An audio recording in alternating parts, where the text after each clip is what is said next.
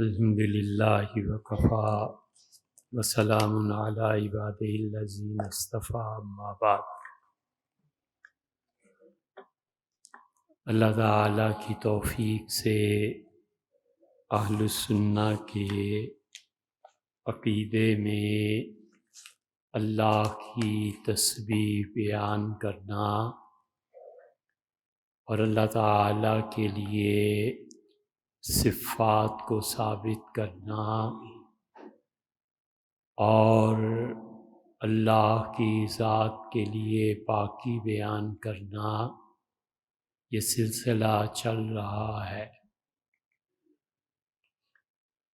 اور اس میں ایک بات اور خیال میں آئی کہ وہ آپ کے سامنے رکھیں تاکہ یہاں آنے اور بیان کرنے اور سننے کا مقصد پورا ہو، علم کی تشہیر ہو، آپ تک صحیح باتوں کا علم پہنچے، اور جو آپ اتنی محنت اور قربانی کے ساتھ آتے ہیں اس کا فائدہ بھی ظاہر ہو۔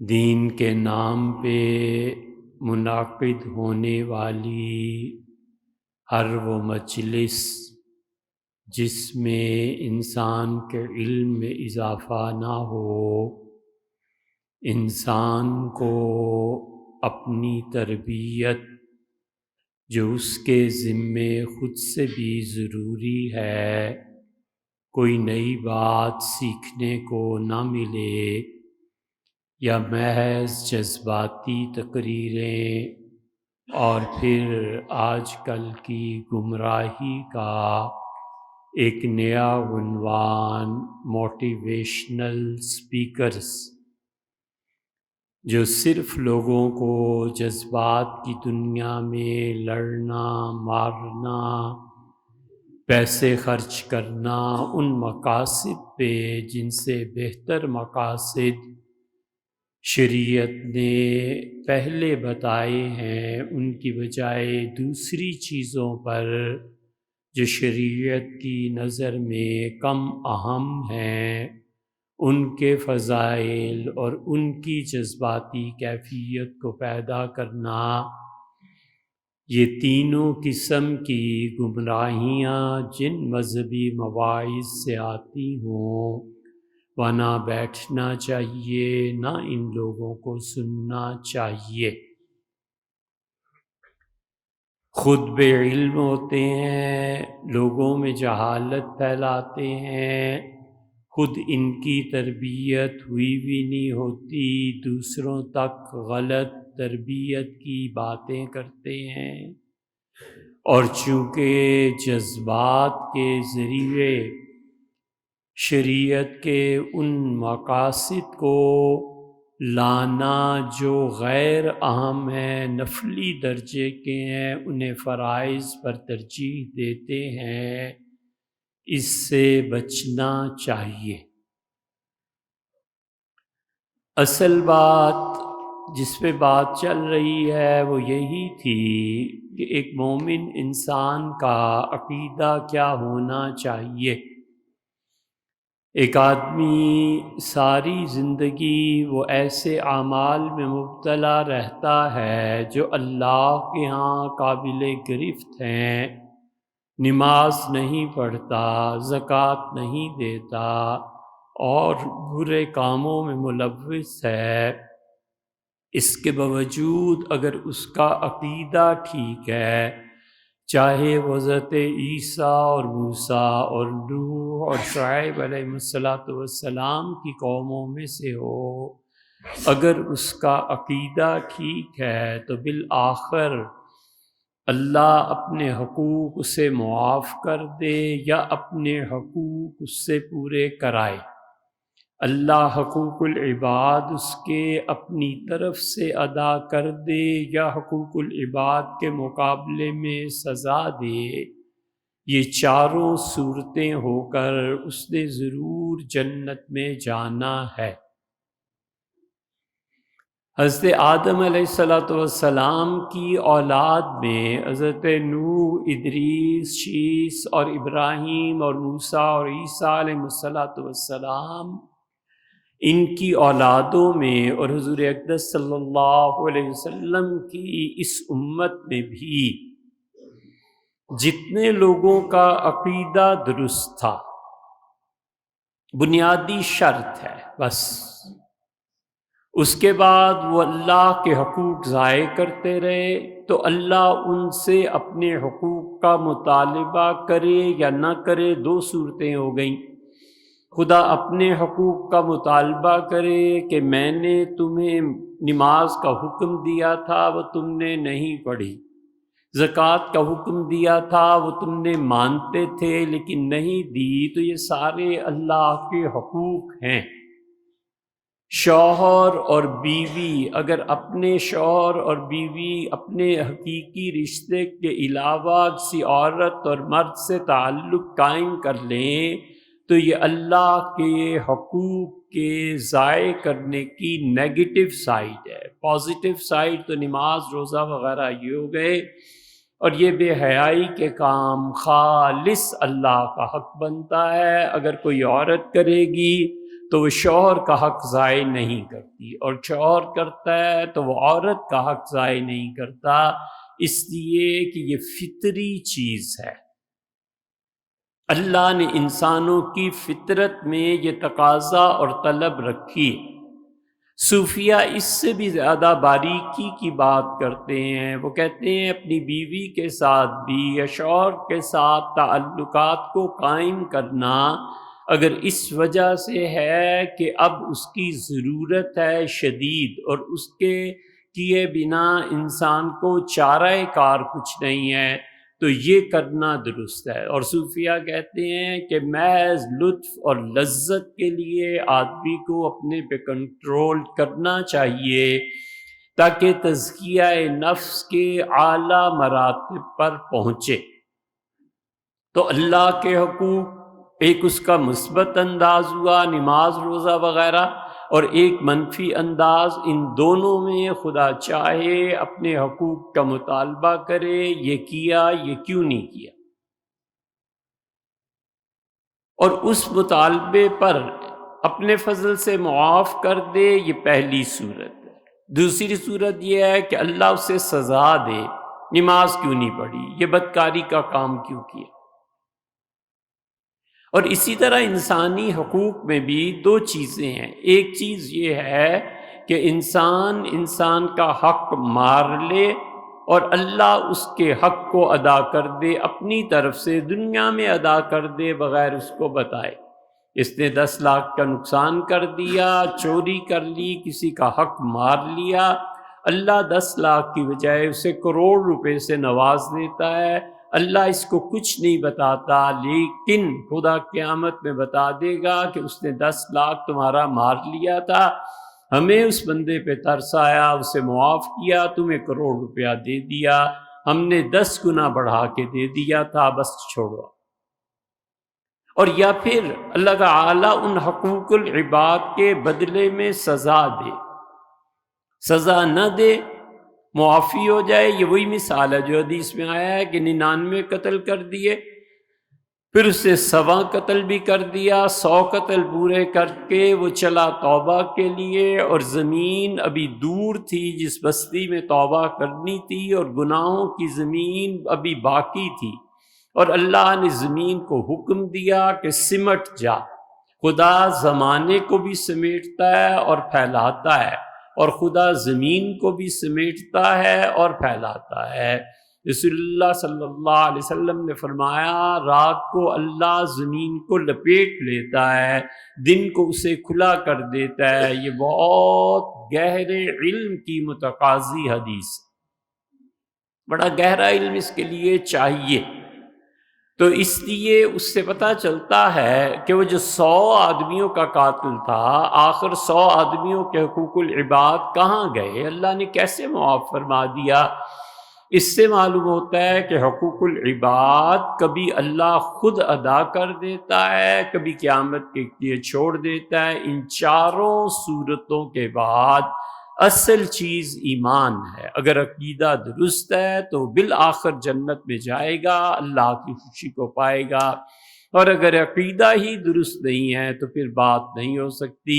اسی لیے عقیدے میں ہمیشہ یہ پڑھاتے رہے کہ یہ یاد کرو کہ آمنت باللہ کما ہوا باسمائہ و صفاتہ، میں اللہ تعالیٰ پر ایمان لایا جیسے کہ اللہ کے نام ہیں اور جیسے کہ اس کی صفتیں ہیں، جیسے کہ اس کی صفات ہیں۔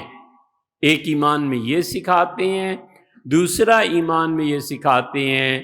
یہ تین دعائیں ہیں، ان تینوں کو خود بھی یاد کرنا چاہیے اور اپنے بچوں کو، گھر والوں کو یاد کرانا چاہیے تاکہ موت ایمان پہ واقع ہو۔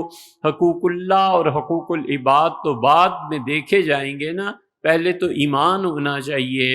اور دوسری چیز جو کتابوں میں لکھی ہے وہ ساری احادیث کو دو جملوں میں فقہا اور محدثین نے جمع کر دیا ہے، اور وہ یہ ہے کہ ہر آدمی اس بات کا اقرار کرے کہ آمنت باللہ و ملائکتہ، ایمان لایا میں اللہ تعالی پر اور اس کے فرشتوں پر، وہ کتبہ و رسلہ، اللہ کی کتابوں پر اور اللہ کے رسولوں پر۔ چار چیزیں ہو گئیں۔ والیوم الآخر، اور قیامت کے دن پہ میں ایمان لایا۔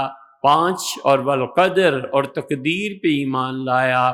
خیرہ و شرہ من اللہ تعالی، تقدیر کی خوبی اور تقدیر کا شر دونوں اللہ کی جانب سے ہیں۔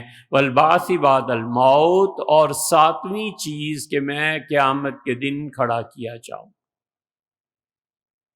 یہ 7 چیزیں ایمان مفصل کہلاتی ہیں۔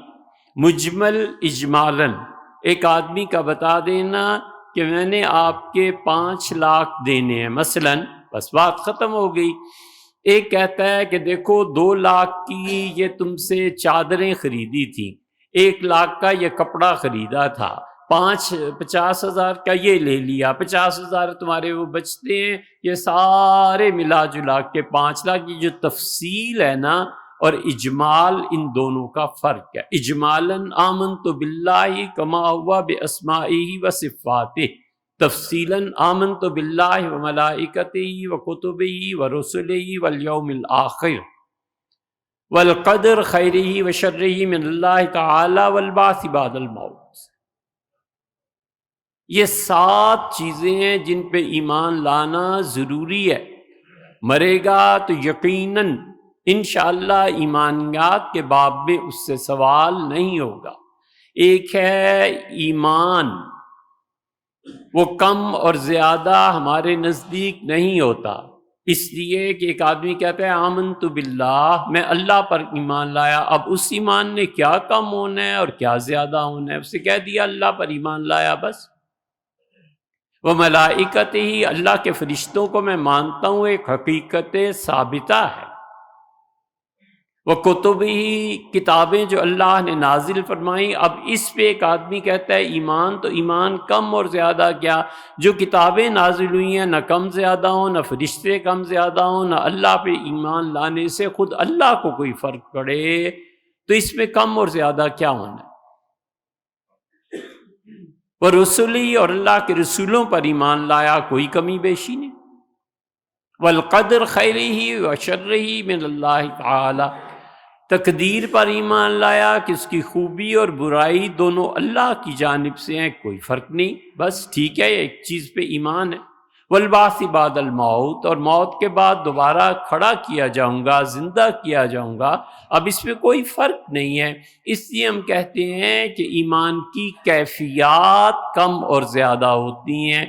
جن چیزوں پر وہ ایمان لایا ہے ان چیزوں کی تعداد نہ کم نہ زیادہ، کیفیات پہ فرق پڑتا ہے۔ ایک مومن کی کیفیت، ایک جاہل آدمی کی کیفیت، بڑا فرق ہے، کیفیات پہ فرق پڑتا ہے۔ اس سلسلے میں حضرت شاہ عبدالعزیز صاحب محدث دہلوی رحمۃ اللہ علیہ، جو اپنے زمانے کے بہت بڑے اولیاء کرام میں تھے، اور زوال کے زمانے میں وہ پیدا ہوئے، اس لیے کیا لوگوں نے ان کی قدر کو پہچاننا تھا۔ کوئی علم و فن ایسا نہیں تھا جس میں حضرت کو دسترس حاصل نہ ہو رحمہ اللہ۔ بہت چیزیں انہوں نے اپنے والد سے، اپنے اساتذہ سے حاصل کی تھیں، اور ان کے زمانے میں ان جیسا کوئی نہیں۔ شاہ ولی اللہ کے بیٹے سید احمد شہید رحمۃ اللہ علیہ کی پیر و مرشد مولانا اسماعیل دہلوی رحمۃ اللہ علیہ کے چچا شاہ عبدالعزیز صاحب رحمۃ اللہ علیہ میں بہت خوبیاں جمع ہو گئی تھیں۔ ایسے ایسے نایاب ہیرے انہوں نے لکھی ہیں چیزیں کہ وہ شذرات ہیں، سونے کے پترے ہیں، ہیرے ہیں۔ ان میں سے ایک آپ سنیے، دیکھیے ان سے سوال کیا گیا، یہ فتاوی عزیزی ہے، پہلی جلد کا صفحہ 174 ہے۔ حضرت شاہ عبدالعزیز صاحب رحمۃ اللہ علیہ سے کسی نے پوچھا ہے، فارسی اس زمانے کی زبان تھی، تو اس نے لکھا ہے کہ حضرت سوال و جواب گور پنجابی میں بھی بولتے ہیں نا، گور قبر اردو میں بھی بولتے ہیں۔ قبر میں جو سوال و جواب ہوں گے مجھے وہ بتا دیں، بدستخط اس پہ دستخط فرما دیں، وہ مہر اور اپنی مہر لگا دیں، حضرت پیر و مرشد عنایت گردد، حضرت یہ چیز لکھ کے مہر لگا کے دستخط کر کے مجھے بھیج دیں تاکہ میں اسے یاد کر لوں اور قیامت میں مجھے یہ کام آئے۔ کیسا زبردست سوال کیا ہے کہ قبر میں مجھے کام آئے، حضرت یہ لکھ کے بھیج دیں۔ اب سوچیں حضرت شاہ عبدالعزیز صاحب رحمۃ اللہ علیہ کے زمانے میں 1830 1840 اس وقت کوئی دیوبندی، بریلوی، اہل حدیث یہ وہ کوئی تھے؟ کچھ بھی نہیں۔ اہل حدیث کا وہ مسلک جو امام احمد ابن حنبل رحمۃ اللہ علیہ کے اکثر فتاوی پہ مشتمل تھا، اس وقت وہ بیدار ہو رہا تھا، لیکن بنیادی طور پر عقیدے میں کسی کا بھی اختلاف نہیں تھا۔ ہمیں یہ کیا مصیبت پڑی ہے کہ یہ فلاں ہے اور یہ یار اس سے پہلے بھی مسلمان تھے نا، آخر 1300-1400 سال مسلمان رہے ہیں، ہم کیوں نہ دیکھیں کہ ان کا عقیدہ۔ حضرت شاہ عبدالعزیز صاحب رحمۃ اللہ نے فرمایا کہ جواب غور موافق احادیث مرقوم میشود، حضور اقدس صلی اللہ علیہ وسلم کی بہت سی احادیث کو جمع کر کے جو اصل مقصد ہے میں تمہیں لکھ کے بھیج رہا ہوں۔ حاجت مہر نیست، لکھ دیتا ہوں، مہر لگانے کی کوئی ضرورت نہیں ہے۔ وَإِن جواب ورد زبان باعث ساخت، تمہیں چاہیے کہ اسے اپنی زبان کا ورد بنا لو۔ ورد کا مطلب صبح و شام اسے پڑھا کرو، روز پڑھا کرو۔ یہ ایمان کی تجدید ہے، بار بار کرنا۔ شیخ الاسلام ابن تیمیہ رحمۃ اللہ علیہ جیسے آدمی نے لکھا ہے، میں بار بار لا الہ الا اللہ پڑھتا ہوں دن میں کئی مرتبہ کہ میرے ایمان کی تجدید ہوتی رہے، کہ دار و مدار نجات وہ ہے۔ ہمارے ہاں کئی اللہ کا فضل ہے، صبح و شام سبحان اللہ وبحمدہ، لا الہ الا اللہ، درود شریف، آدھ پون پارا روز پڑھنا، ان سب سے اہم یہ چیز ہے، اس لیے کہ ایمان ہے۔ حضرت رحمۃ اللہ فرماتے ہیں میں نے بہت سی احادیث سے سمیٹ کے نچوڑ کے عطر نکال کے تمہارے سامنے رکھ دیا ہے۔ جواب فرمایا کہ وَإِن جواب ورد زبان باعث ساخت، اس بات کو جو میں تمہیں لکھ رہا ہوں اپنا ہمیشہ کا وظیفہ بنا لینا، و پارچالک خوشنویسان، اور ایک کپڑے پہ، کپڑے کے ایک ٹکڑے پہ، جو لوگ بہت اچھی طرح لکھتے ہیں، پینٹرز ہوتے ہیں، ان سے لکھوا کے پاس رکھ لینا، اور باعث داشت، اسے پڑھتے رہنا۔ کپڑا رکھا ہوا ہوگا، جیسے آج کل آپ پرنٹ لے لیں، اس زمانے میں تو ایسی چیزیں نہیں تھی نا، جیسے آج کل ایک کمپیوٹر میں آدمی کہیں رکھ دیتا ہے، کوئی چیز کر لیتا ہے۔ فرمایا جواب اینس، میں تمہیں جواب دیتا ہوں کہ قبر میں کیا پیش آئے گا۔ ہمیشہ اس کو یاد رکھنا۔ اور پھر حضرت رحمۃ اللہ علیہ نے اس کو لکھا ہے جس کے 4 جملے ہیں، اور ہم نے انہیں بہت واضح طور پہ انہیں ٹائپ کروایا ہے۔ نماز کے بعد اس کو لے لیجئے گا۔ بس یہ سارا عقیدہ ہے اہل السنہ کا، اس پہ قائم رہنا، اسے پڑھتے رہنا، باقی آپ جانیں اور اللہ جانے۔ ایمان، نماز، زکوٰۃ، حج کون سی چیز ہے جو اس منبر سے بیان نہیں ہوئی آپ کے سامنے؟ یہ سارا علم ہے یار۔ مت جاؤ ایسی جگہوں پہ جہاں کوئی علم نہیں ہوتا، محض جذبات لوگوں کے اور لڑائیاں اور فرقے۔ حضرت رحمۃ اللہ نے فرمایا کہ دیکھو اس کو اس طرح پڑھا کرو، پہلے ویسے پڑھ دیتے ہیں پھر ترجمہ اس کا کرتے ہیں۔ فرمایا کہ اشہد ان لا الہ الا اللہ وحدہ لا شریک لہ اشہد ان محمدًا عبدہ ورسولہ رضیت باللہ ربًا وبالاسلام دینا وبمحمد صلی اللہ علیہ وسلم نبیا ورسولا وخاتم النبیین۔ یہ ہم نے اپنے پاس سے بڑھایا ہے کیونکہ ہمارے زمانے میں حضور اقدس صلی اللہ علیہ وسلم کی ختم نبوت کا انکار کرنے والے بڑھتے چلے جا رہے ہیں۔ وبالقرآن اماما وبالکعبۃ قبلۃ وبالمؤمنین اخوانا وبالصدیق وبالفاروق وبذی النورین وبالمرتضی ائمۃ رضوان اللہ تعالی علیہم اجمعین۔ مرحبا بملکین الشاہدین الحاضرین واشہد بأننا نشہد ان لا الہ الا اللہ وحدہ لا شریک لہ وان سیدنا محمدا عبدہ ورسولہ علی ہذہ الشہادۃ نحیی وعلیہا نموت وعلیہا نبعث انشاءاللہ۔ سینکڑوں احادیث کا مجموعہ شاہ صاحب رحمۃ اللہ علیہ نے یہ 4 جملے مرتب کر دیے ہیں، بس کچھ نہیں کرنا، روزانہ 2-4 مرتبہ پڑھ لینا، یاد ہو جائے گا۔ یاد ہو گیا تو انشاءاللہ آخری لمحے بھی یاد آئے گا، موت سے پہلے بھی یاد آئے گا، یہی پڑھنا۔ حضرت رحمۃ اللہ نے پہلا جملہ لکھا کہ اشہد ان لا الہ الا اللہ، شرک سے برات کا اظہار کیا کہ میں گواہی دیتا ہوں اس بات کی کہ اللہ ایک ہے، اس کے علاوہ کوئی عبادت کے لائق نہیں ہے۔ وحدہ لا شریک لہ، اللہ اکیلا ہے، اس کا کوئی ذات، اس کی صفات میں کوئی شریک نہیں ہے۔ واشہد ان محمدً عبدہ ورسولہ، اور میں گواہی دیتا ہوں کہ حضرت محمد صلی اللہ علیہ وسلم اللہ کے بندے اور اللہ کے رسول۔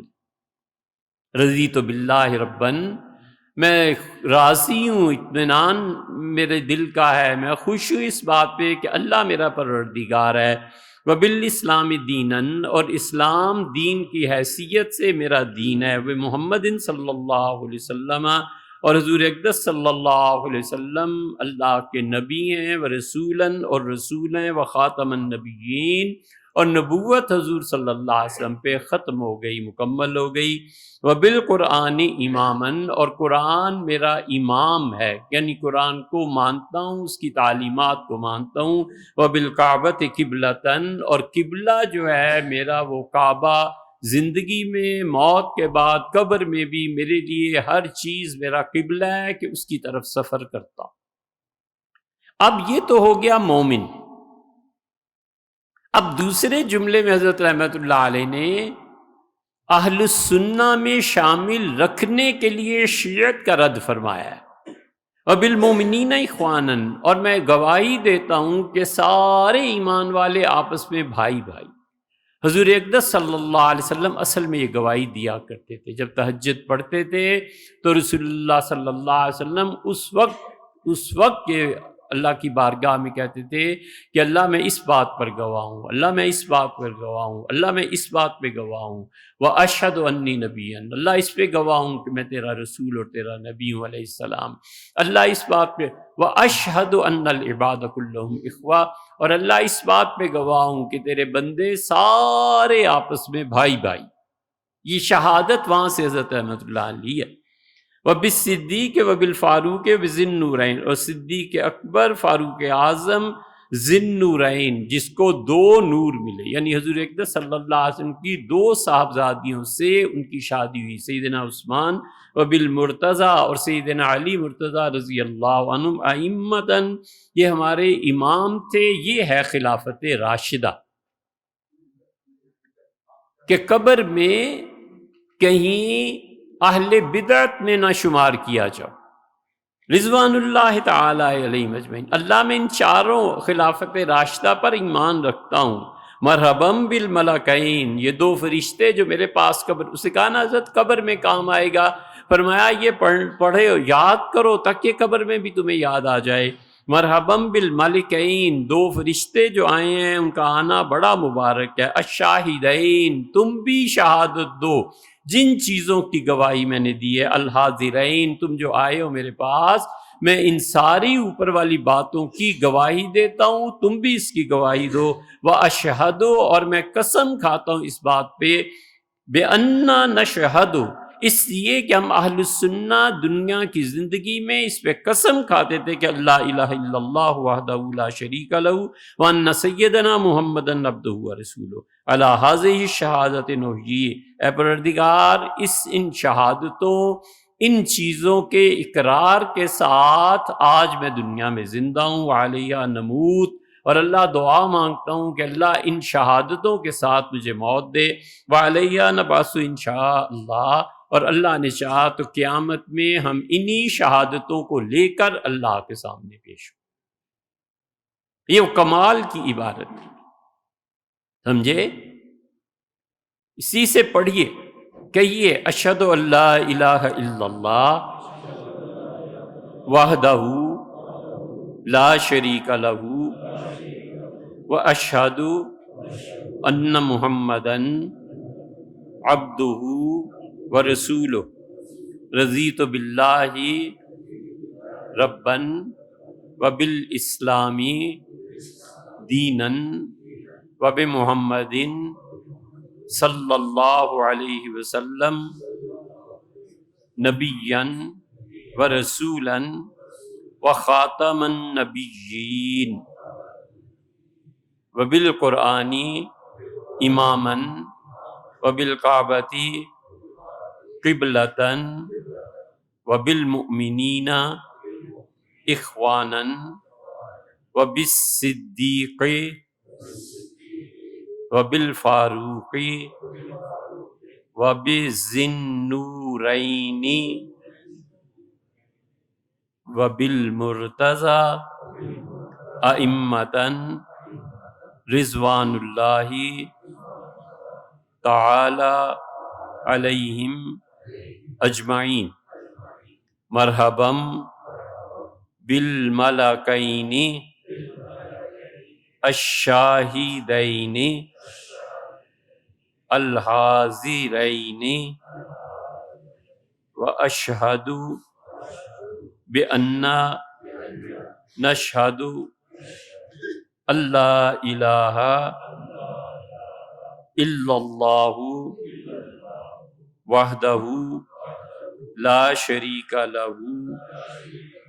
وان سیدنا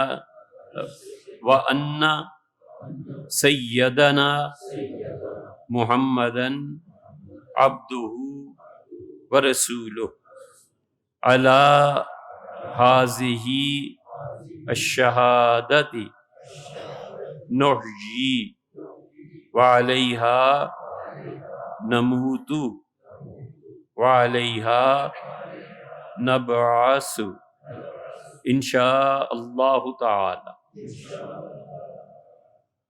اس کی کاپیز لے جائیے گا نماز کے بعد، آئندہ پھر اسی پہ بات کریں گے انشاءاللہ۔